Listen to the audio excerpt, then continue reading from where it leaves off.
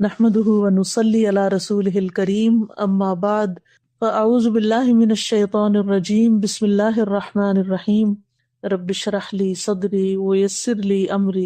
واحلل عقدة من لساني يفقهوا قولي۔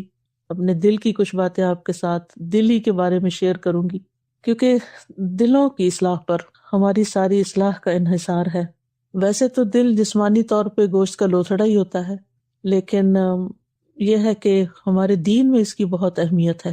اور قرآن و سنت کی روشنی میں اگر دیکھا جائے تو دل جو ہے یہ جسم کا سب سے قیمتی حصہ ہے۔ صحیح بخاری میں نعمان بن بشیر کی وہ روایت آتی ہے جو آپ لوگوں نے متعدد بار سنی ہوگی کہ رسول اللہ صلی اللہ علیہ وسلم نے فرمایا کہ ان فی الجسد مضغۃ اذا صلحت صلح الجسد کلہ واذا فسدت فسد الجسد کلہ الا وہی القلب، کہ بے شک جسم میں ایک گوشت کا ٹکڑا ہے، جب اس کی اصلاح ہو جاتی ہے تو سارے جسم کی اصلاح ہو جاتی ہے، اور جب وہ خراب ہو جاتا ہے تو تمام جسم خراب ہو جاتا ہے۔ سنو وہ دل ہے۔ تو اس میں ہم سب اچھی طرح سمجھتے ہیں کہ دنیاوی طور پر بھی اگر ہمارا دل کسی چیز سے خراب ہو جائے تو سارا مزہ ہی خراب ہو جاتا ہے۔ چاہے کسی انسان کے ساتھ تعلق ہو، اس میں ہمارا دل بدل جائے، دل خراب ہو جائے، اس سے کسی کھانے سے متعلق دل خراب ہو جائے، کسی بھی چیز کے بارے میں ہمارا دل اگر نہ ہو اس میں، اور ویسے بھی اگر دل اداس ہو، دل غمگین ہو، دل پریشان ہو،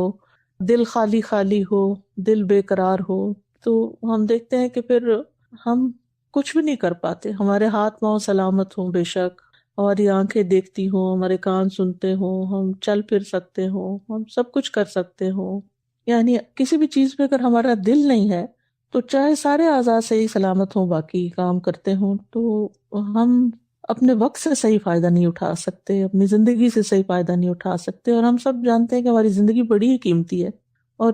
ایک دفعہ یہ ہاتھ سے چلی گئی تو پھر دوبارہ نہیں آ سکتی۔ جو لمحہ ہمارے ہاتھ سے نکل جاتا ہے وہ دوبارہ نہیں آتا۔ ہر لمحہ ہم خسارے کی طرف جا رہے ہیں اگر ہم نے اپنی زندگی کا صحیح فائدہ نہ اٹھایا۔ تو اس لیے بہت ضروری ہے کہ وقتاً فوقتاً ہم اپنے دلوں کا جائزہ لیتے رہیں، بلکہ وقتاً فوقتاً کیا، ہر لمحے ہی اپنے دل کا جائزہ لیتے رہیں کہ ہماری دل کی کنڈیشن کیا ہے، ہمارے دل کی سٹیٹ کیا ہے، حالت کیا ہے، ہمارا دل اللہ کی طرف متوجہ ہے یا نہیں، ہمارا دل اللہ کی یاد میں ہے یا نہیں، ہمارا دل قلب مطمئنہ ہے یا نہیں۔ اور اگر اس میں کچھ بھی کمی بیشی ہونے لگے تو فکر مند ہو جائے، کیونکہ نبی صلی اللہ علیہ وسلم کا یہ فرمان بہت سچا ہے کہ اگر اس کی اصلاح ہو گئی، یہ درست سمت پہ جا رہا ہے، تو سمجھ کے کہ سب کچھ ٹھیک جا رہا ہے، پھر ہمارے ہاتھ پاؤں بھی ٹھیک کام کر رہے ہیں، اور ہمارا ذہن بھی ٹھیک کام کر رہا ہے، اور ہماری زبان بھی ٹھیک کام کرے گی، اور ہماری آنکھیں بھی، اور ہمارے کان بھی، اور ہمارے باقی تمام اعضاء بھی۔ اور اس کے بگاڑ کو کسی بھی قیمت پر گوارا نہ کریں، یعنی دل کے بگاڑ کو یا دل کی خرابی کو کسی قیمت پہ گوارا نہ کریں۔ اللہ سبحانہ تعالیٰ دل کی بنا پر ہی بندوں کو چنتا ہے۔ ہم بعض اوقات کسی نیک شخص کے حالات پڑھتے ہیں، کوئی کتاب پڑھتے ہیں، صحابہ کرام کے بارے میں پڑھتے ہیں، صحابہ کے بارے میں جب سنتے ہیں ہماری آنکھوں میں آنسو آ جاتے ہیں، ان کی زندگی کا کوئی بھی واقعہ ہوتا ہے، ان کے اخلاق، ان کے اعمال، کم از کم میں اپنے بارے میں تو یہی کہتی ہوں کہ جو ہی میں صحابہ کی سیرت کے بارے میں کچھ پڑھتی یا سنتی ہوں تو میرا دل ایک دم پگھلنے لگتا ہے، عجیب حالت ہو جاتی ہے دل کی کہ یا رب وہ کیسے لوگ تھے، وہ کون تھے، کن لوگوں کو آپ نے نبی صلی اللہ علیہ وسلم کی رفاقت کے لیے چنا، اور ہم آپ کی امت ہیں اور ہمارا کیا حال ہے، ہم کیوں اتنے پیچھے ہیں، ہم کیسے ٹھیک ہو جائیں، اور ہم کیسے ان جیسے کام کر سکیں۔ تو اس کے بارے میں بھی مسند احمد میں آتا ہے، عبداللہ بن مسعود کی روایت ہے کہ کہتے ہیں ان اللہ نظر فی قلوب العباد فوجد قلب محمد صلی اللہ علیہ وسلم خیر قلوب العباد فاصطفاہ لنفسہ فابتعثہ برسالتہ ثم نظر فی قلوب العباد بعد قلب محمد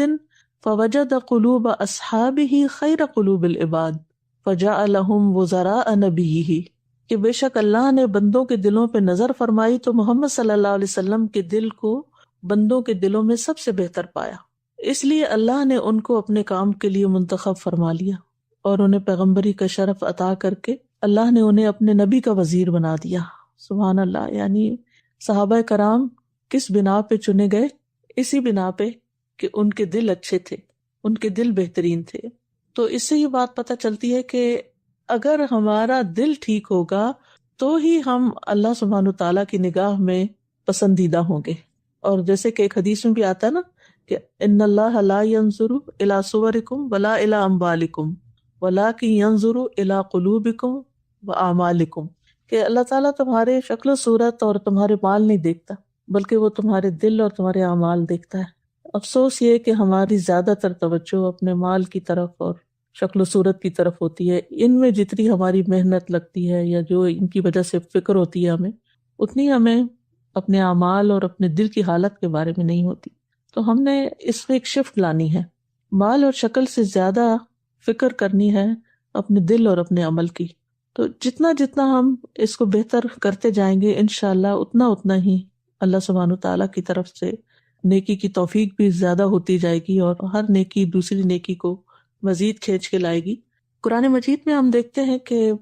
دلوں کی کچھ اقسام بیان ہوئی ہیں، جن میں سے ایک قلب سلیم ہے۔ سورۃ شعراء میں آتا ہے الا من اتی اللہ بقلب سلیم، مگر جو اللہ کے پاس سلامتی والا دل لے کے آیا۔ تو یہ وہ دل ہوتا ہے جو شرک سے، کفر سے، نفاق سے صاف ہوتا ہے، سلامت ہوتا ہے۔ صحابہ کے بارے میں آتا ہے سورۃ الحجرات میں کہ اللہ تعالیٰ نے ان کے اندر کفر اور عصیان یعنی اللہ کی نافرمانی کو ناپسندیدہ بنا دیا، اور ایمان جو تھا اس کو حبب الیکم الایمان وزینہ فی قلوبکم، اللہ نے ایمان کو تمہارے لیے محبوب بنا دیا اور ایمان کو تمہارے دلوں میں زینت بخشی، خوبصورتی بخشی۔ تو اللہ سبحانہ وتعالیٰ ہمارے دلوں کو بھی ایسا ہی کر دے کہ ہمارے اندر ایمان اور تقویٰ اور اللہ سبحانہ وتعالیٰ پہ توکل اور اسی کی طرف رغبت، اسی کی محبت، اسی کی اطاعت کا شوق اور اسی کی طرف ہمارا دھیان ہر وقت ہو، اور یہی چیزیں ہمارے دل کو خوبصورت بنائیں۔ تو سلامت دل جو ہوتا ہے نا، اس کا فائدہ یہ ہوتا ہے کہ دل کے اندر خیر اور نیکی، اس کا ایک شوق پیدا ہو جاتا ہے، اور پھر ایسے دل کو نیکی کے کاموں میں خوشی ملتی ہے، اور مومن کی آنکھ کو انہی کاموں سے پھر ایک ٹھنڈک نصیب ہوتی ہے۔ انسان جو ہے وہ ایک ایسی اس کے دل کی حالت ہو جاتی ہے کہ جس سے وہ چین میں آ جاتا ہے، ایک سکون میں آ جاتا ہے۔ دوسرا دل جس کا ذکر آتا ہے قرآن مجید میں سورۃ قاف میں، قلب منیب ہے۔ یہ وہ دل ہے جو اللہ تعالیٰ سے توبہ کرنے اور اس کی اطاعت میں لگا رہتا ہے۔ من خشی الرحمن بالغیب وجاء بقلب منیب، جو رحمان سے بن دیکھے ڈر گیا اور رجوع کرنے والا دل لے کے آیا۔ کیونکہ دل کی حالت بدلتی رہتی ہے نا ہر وقت، تو واپس بار بار اس کو پلٹانے کی ضرورت ہوتی ہے، بار بار انابت کی ضرورت ہوتی ہے، رجوع کرنے کی ضرورت ہوتی ہے۔ تو اللہ تعالیٰ کی طرف پلٹنا اور ہر چیز میں اسی کی طرف لوٹنا، غم ہو، خوشی ہو، تکلیف ہو، بیماری ہو، کسی بھی قسم کی کوئی فکر ہو۔ بہت دفعہ میں دیکھتی ہوں جو لوگوں کے میں مسائل سنتی ہوں کہ اگر کوئی غم آیا ہے یا کوئی پریشانی آئی ہے تو اس نے ان کو اوور پاور کر لیا ہے۔ قدرتی بات ہے، ہم کمزور انسان ہیں، ان چیزوں کا غلبہ ہو جاتا ہے دل پر، لیکن ان چیزوں سے چھٹکارا بھی اللہ تعالیٰ کی طرف رجوع کر کے ہی ہو سکتا ہے۔ یعنی جب تک ہم اللہ کی طرف نہ لوٹیں تو ہم اس حالت سے نکل نہیں سکتے۔ پھر ایک اور دل ہے جو اللہ تعالیٰ کی طرف جھک جاتا ہے، اور یہ جھکاؤ جو ہے اللہ تعالیٰ کی طرف، یہی انسان کے دل کو اطمینان اور سکون عطا کرتا ہے۔ سورۃ الحج میں آتا ہے فَتُخْبِتَ لَهُ قُلُوبُهُمْ، کہ ان کے دل جو ہیں اللہ کی طرف عاجز ہو جائیں، یعنی اللہ کی طرف جھک جائیں، اللہ کی کوئی بات سنیں، اللہ سبحانہ وتعالیٰ کا کوئی حکم سنیں، اللہ تعالیٰ کی کتاب میں سے کچھ پڑھیں، اللہ تعالیٰ کا ذکر کریں، تو ان کے دل اسی طرف راغب ہو جائے، اسی طرف مائل ہو جائے، بس اسی طرف ان کا میلان اور رجحان ہو جائے۔ اور جو ہی انسان کا رجحان میلان اللہ کی طرف ہوتا ہے، اور جو ہی انسان اللہ کی طرف انابت اختیار کرتا ہے، تو قدرتی طور پر دنیا کے غموں اور پریشانیوں کا جو بوجھ ہوتا ہے وہ کم ہو جاتا ہے۔ پھر اسی طرح ایک اور دل جس کی بات کی گئی ہے قرآن مجید میں، وہ دل ہے کہ جو ڈرنے والا دل ہوتا ہے، کانپنے والا دل ہوتا ہے۔ یہ وہ دل ہوتا ہے جو نیکی کے بعد بھی ڈرتا رہتا ہے، یعنی ایسے انسان کو اپنی نیکی کے اوپر کوئی فخر نہیں ہوتا، اور ایک مسلمان کو اپنی نیکی پر فخر ہو بھی کیسے سکتا ہے؟ آپ دیکھیں کہ ہم انبیاء کے حالات اور تذکرہ پڑھتے ہیں تو ہمیں پتہ چلتا ہے کہ اللہ تعالیٰ کے چنے ہوئے بندے جو ہیں ان کے اوپر بھی بڑی بڑی آزمائشیں آئیں اور ہلا مارے گئے، جیسے قرآن مجید میں آتا ہے نا وَزُلْزِلُوا، ہلا مارے گئے۔ اور یہ صرف پیغمبروں کے ساتھ نہیں ہوا بلکہ بہت سے اور بھی نیک بندوں کے ساتھ۔ تو ہماری نیکی ہمیں اس دھوکے پہ نہ ڈالے کہ ہم چونکہ نیک ہیں تو اس لیے اس نیکی کی وجہ سے ہم جو کچھ بھی کر رہے ہیں وہ شاید بہت بڑی چیز ہے اور بہت بڑا کام ہے، باقی خواتین تو صرف گھروں ہی کے کام کرتی ہیں اور ہم دین کا بھی کام کر رہے ہیں تو ہم اللہ کے کو بہت چنے ہوئے ہیں۔ ٹھیک ہے، اللہ نے توفیق دی ہے، اللہ نے چن لیا ہے، کہ ہم بندوں کی خدمت کریں اس کے دین کی بات دوسروں تک پہنچا کے، لیکن اس کا یہ مطلب نہیں ہے کہ ہم کسی بھی طرح کے عجب کا شکار ہو جائیں یا کسی بھی تکبر کا شکار ہو جائیں یا لوگوں کو حقیر سمجھنا شروع کر دیں۔ تو یہ جو القلب الوجل ہوتا ہے، اس کے بارے میں سورۃ المؤمنون میں آتا ہے والذین یؤتون ما آتوا وقلوبہم وجلۃ انہم الی ربہم راجعون، اور وہ کہ انہوں نے جو کچھ دیا اس حال میں دیتے ہیں کہ ان کے دل ڈرنے والے ہوتے ہیں کہ یقیناً وہ اپنے رب ہی کی طرف لوٹنے والے ہیں۔ تو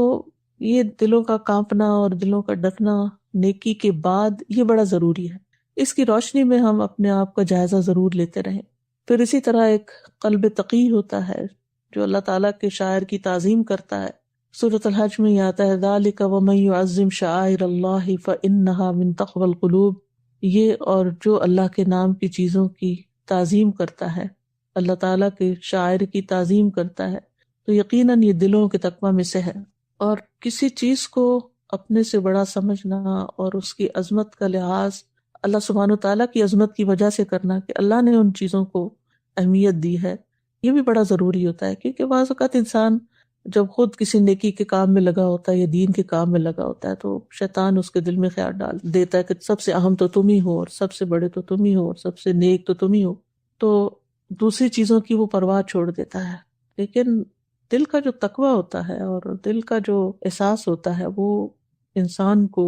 ہر چیز کو اس کے مقام پر رکھنے کی صلاحیت بخشتا ہے۔ یعنی تقوی ایک طرف اطاعت کی طرف لے جاتا ہے اور دوسرے گناہوں سے بچنے کی طرف بھی لے جاتا ہے انسان کو۔ تو اس سے کیا ہوتا ہے، انسان کے اندر ایک اعتدال آتا ہے، اور پھر وہ اعتدال جو ہوتا ہے وہ انسان کو ہر چیز کو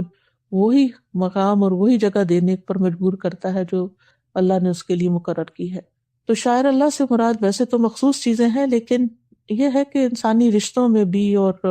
باقی چیزوں میں بھی انسان جو ہے وہ عدل و انصاف سے کام لینے لگتا ہے، ہر حقدار کو اس کا حق دینے لگتا ہے، کوئی دے نہ دے، کوئی اچھا کرے یا نہ کرے، لیکن جس کا حق بنتا ہے اللہ نے رکھا ہے، جس کا جو حق انسان اس کو ادا کرنے لگتا ہے۔ پھر اسی طرح ایک وہ دل ہوتا ہے جو ہدایت یافتہ ہوتا ہے، اور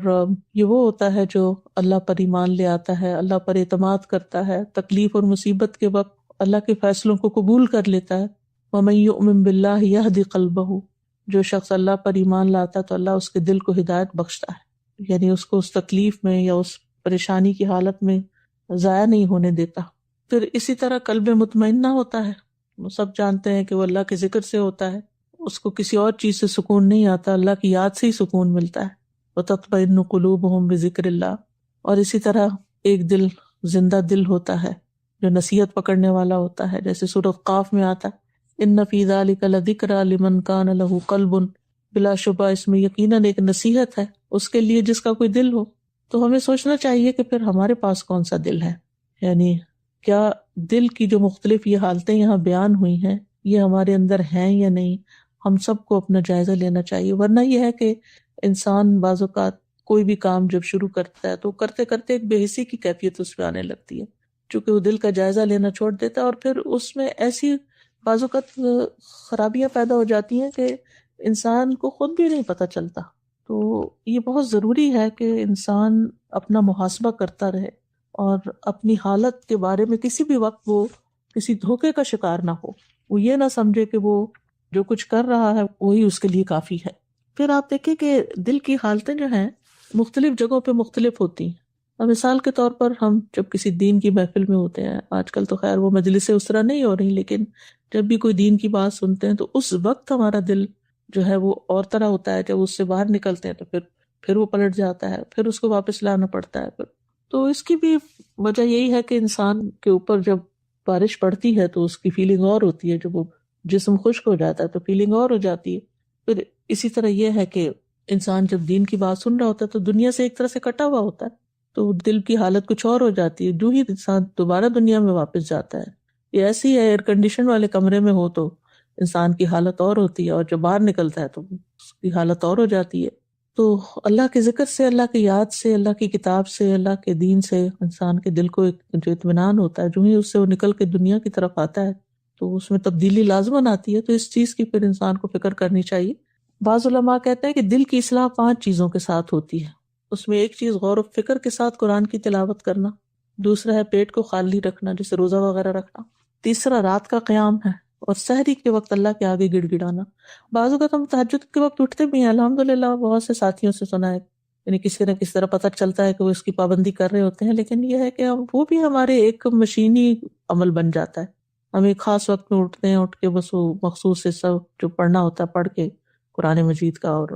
اپنا کام کر کے بس جائے نماز لپیٹ دیتے ہیں۔ تو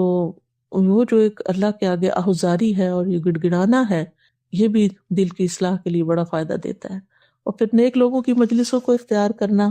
حلال کھانا،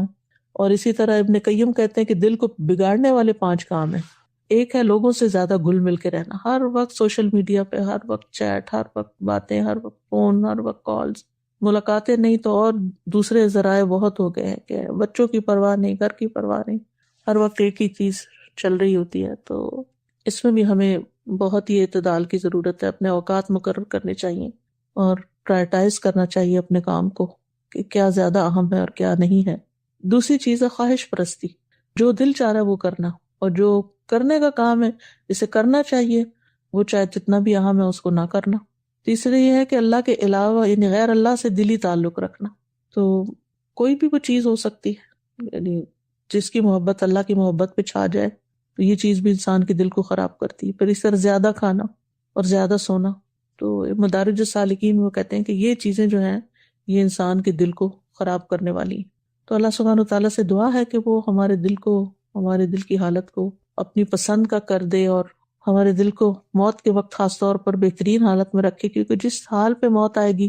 پھر اسی حال پہ دل جو ہے وہ بند ہو جائے گا اور پھر اسی حال پہ اٹھایا جائے گا۔ تو موت تو پتہ نہیں کس وقت آ جائے گی، تو بہت ضروری ہے کہ ہم اس کا لحاظ رکھیں، اور کاموں کے اندر بھی روح جو بھی پیدا ہوتی ہے اور اس راستے میں جو مشکلات آتی ہیں ان کا مقابلہ بھی انسان اسی وقت کر سکتا ہے کہ جب انسان کے اندر طاقت ہوتی ہے، انسان کے اندر قوت ہوتی ہے، اس کے دل مضبوط ہوتا ہے،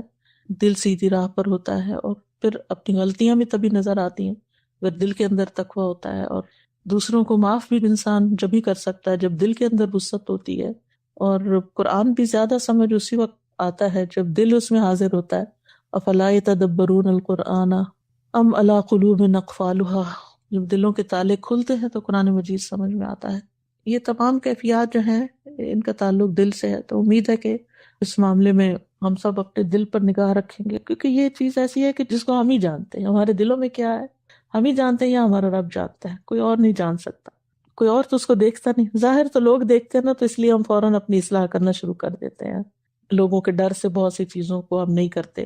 لیکن دل چونکہ کوئی دیکھتا نہیں تو پھر اس لیے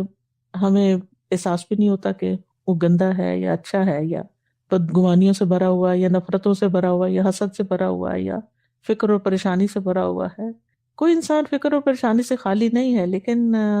جس دل میں ایمان جاگ جاتا ہے نا تو باقی چیزیں نیچے آ جاتی ہیں۔ ایمان کی ایک حرارت ہوتی ہے، تو جیسے جسم کی حرارت انسانی جسم کے ٹاکسنس کو نکالتی رہتی ہے، خرابیاں دور کرتی رہتی ہے، اسی طرح حکیم لوگ کہتے ہیں نا کہ بخار جو ہے وہ فائدہ مند بھی ہوتا ہے کہ اس سے انسانی جسم کے جو زہریلے مادے ہیں وہ ختم ہو جاتے ہیں، یعنی جل جاتے ہیں، وہ ان کو نکالنے کا باعث بنتا ہے۔ اسی طرح یہ ہے کہ حرارت جو ہے وہ گرمی جو ہے وہ بہت سے جراثیم ختم کر دیتی ہے، تو دلوں کے جراثیم بھی اس وقت ختم ہوتے ہیں جب اس میں ایمان کی حرارت ہوتی ہے۔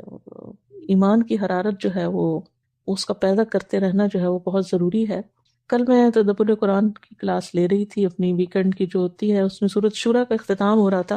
اور سبحان اللہ اتنی خوبصورت آیت تھی، مجھے ایسا لگا جیسے پہلی دفعہ میں نے اس کو پڑھا ہو۔ اللہ سبحانہ وتعالیٰ فرماتے ہیں وَكَذَلِكَ أَنزَلْنَا إِلَيْكَ رُوحًا مِّنْ أَمْرِنَا، اسی طرح ہم نے آپ کی طرف ایک روح اپنی طرف سے نازل کی اپنے حکم سے، اور یہ روح جو ہے یہ قرآن ہے۔ تو ایسے مجھے محسوس ہوا کہ جیسے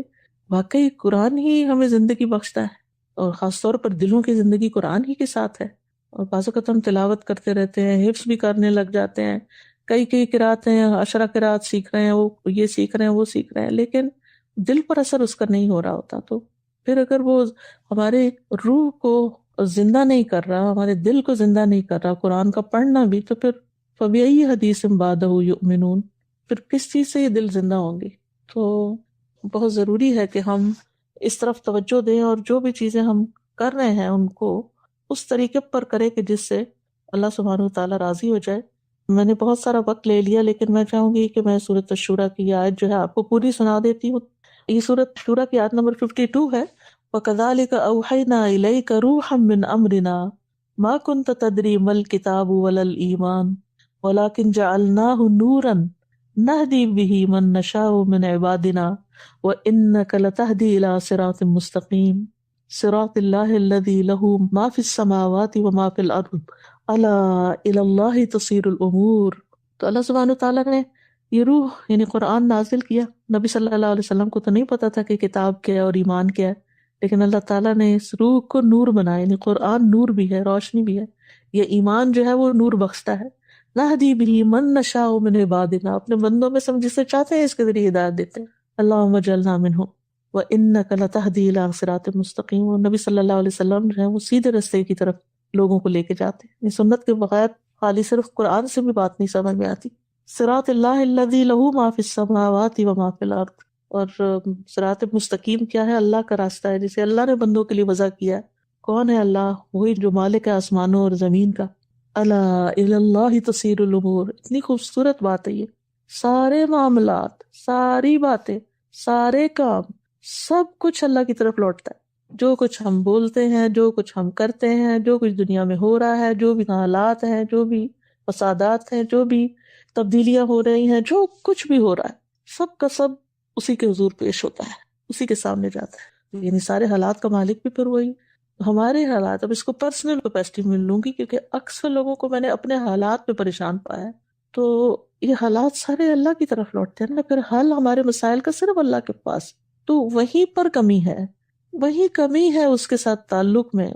اور اس بیمار دل کی اصلاح میں۔ تو اس کی طرف توجہ دے کے بس اللہ ہی کے آگے گڑ گڑانے کی ضرورت ہے ہم سب کو، اپنے تمام معاملات کی اصلاح کے لیے، تمام حالات کی اصلاح کے لیے، چاہے وہ ذاتی ہوں، چاہے وہ خاندانی ہوں، چاہے وہ کسی بھی قسم کے ہوں۔ تو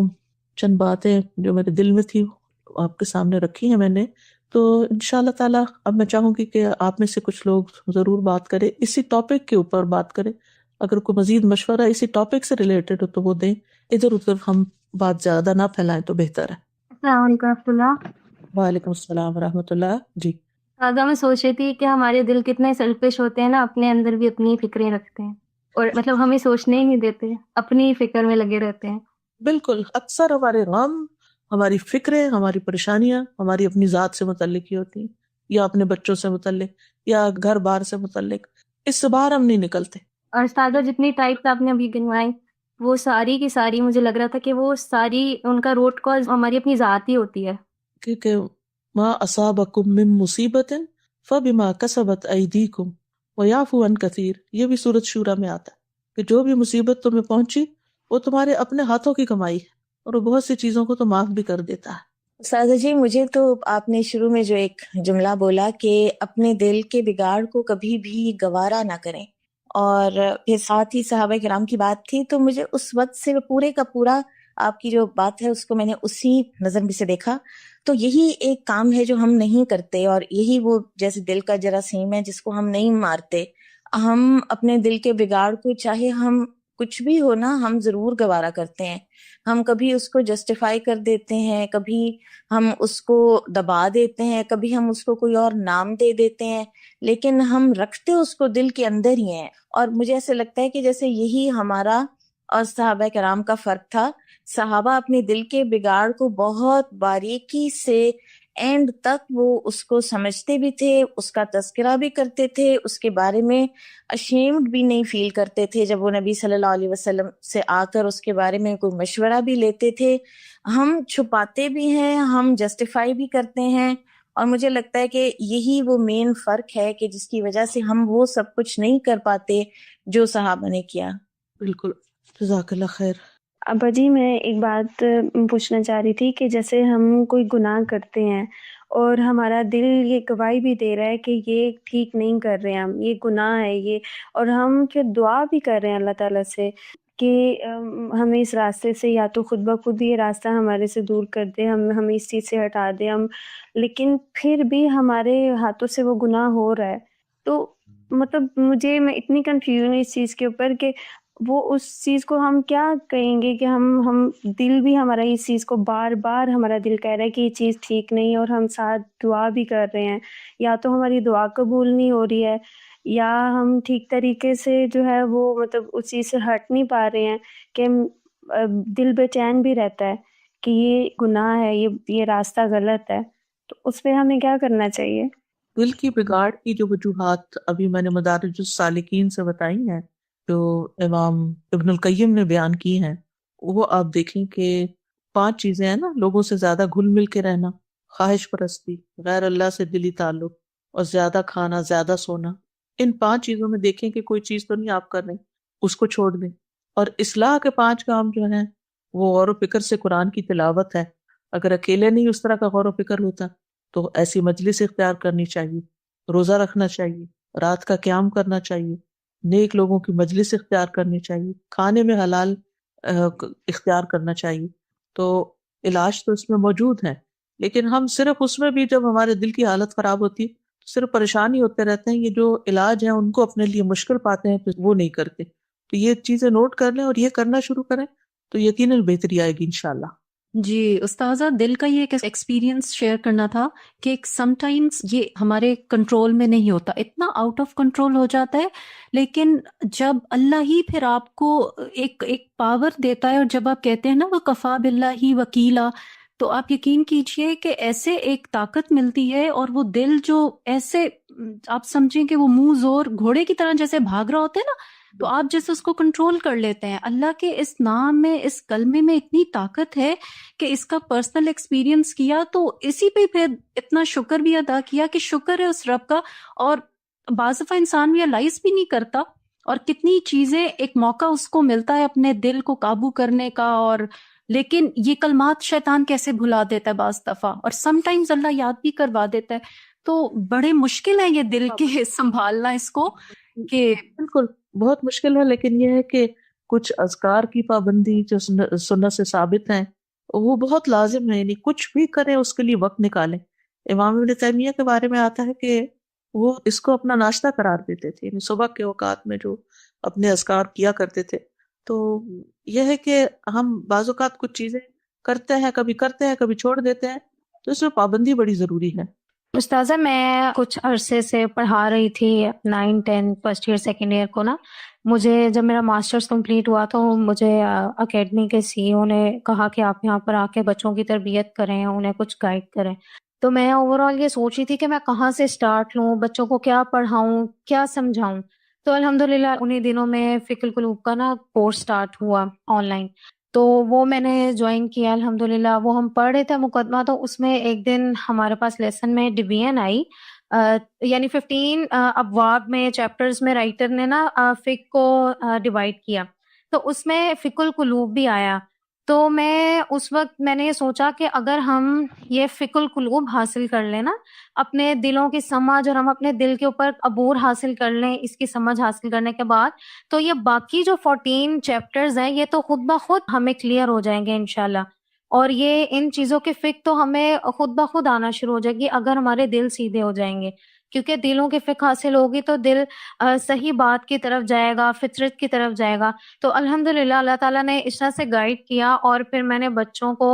یعنی ینگ گرلز بھی تھیں، تو ان کو میں نے اس بیس پہ جو ہے نا فقہ القلوب کو لے کر اس بیس پہ ان کے ساتھ ایکٹیویٹیز اور موٹیویشنل لیکچر سٹارٹ کیے الحمدللہ، اور مجھے بہت پازیٹیو رسپانس ملا۔ سٹارٹ میں تھوڑا گھبرائی ہوئی تھی، میرا فرسٹ ٹائم تھا، لیکن مجھے بچوں کی طرف سے بہت پازیٹیو رسپانس ملا، اور میں اس کو اب ایک واسٹ لیول پہ میں نے سٹارٹ کیا ہے۔ مجھے بعض بچوں نے کہا کہ مس ہمیں پتہ ہی نہیں ہے کہ ہمارا اصل دین کیسے ہے، کوئی کیا بات کرتا ہے، کوئی کیا بات کرتا ہے۔ تو الحمدللہ اللہ تعالیٰ نے یہ موقع دیا کہ ہم جو ہیں وہ آگے گائیڈ کریں، اور بس بیسک چیز یہی ہے کہ ہمیں اپنے دلوں کو سمجھنا ہے، اس طرف سے غافل نہیں ہونا۔ اور جزاک اللہ خیر کہ آپ نے فقہ القلوب کی طرف توجہ دلائی۔ اس کتاب کو پڑھانے کا مقصد بھی یہی تھا کہ دل جس میں توحید ہوتی ہے اور دل جس میں اللہ کی محبت ہوتی ہے، اگر اس کی سمجھ آ جائے، اس کی فقہ ہمیں آ جائے، تو انشاء اللہ تعالیٰ اعمال کی بنیاد تو یہی ہے نا، پہلے اندر کی اصلاح ہو تو پھر ہی باہر کی ہوتی ہے۔ جی استاذہ، ابھی آپ نے بات کی نا کہ صحابہ کے جو دل تھے وہ بالکل صاف تھے، تو اللہ تعالیٰ نے اس لیے انہیں چنا تھا. تو میں یہی سوچ رہی تھی کہ ان کے دلوں میں نفاق نہیں تھا، بغض نہیں تھا. اور آج ہم خود کو دیکھتے ہیں نا، تو ہمارے جو اپنے بہن بھائیوں سے جو رشتے ہوتے ہیں، سب سے زیادہ وہ ڈسٹرب کیوں ہوتے ہیں؟ کیونکہ ہم اپنے دلوں میں بغض، کینہ، اور یا ہم حالات سے پریشان ہوتے ہیں، ان پریشانیوں میں لگے رہتے ہیں. تو ہم نے تو دل میں اتنا کچھ پہلے سے رکھا ہوا ہے کہ ہم نے اس میں مطلب جو اذکار کی اور ان چیزوں کی جگہ جو ہونی چاہیے وہ ہم نے رکھی ہی نہیں ہوئی ہے. جی سمجھ گئی میں. اس میں دیکھیں کہ کسی بھی برتن کو اگر آپ نے صاف کرنا ہے نا، یعنی اگر اس میں کچھ میلا پانی ہے یا کچھ بھی، تو اس میں صاف ڈالنا شروع کر دیں. ڈالتے ڈالتے ڈالتے ڈالتے جب ڈالتے جائیں گے تو کیا ہوگا، ایک وقت آئے گا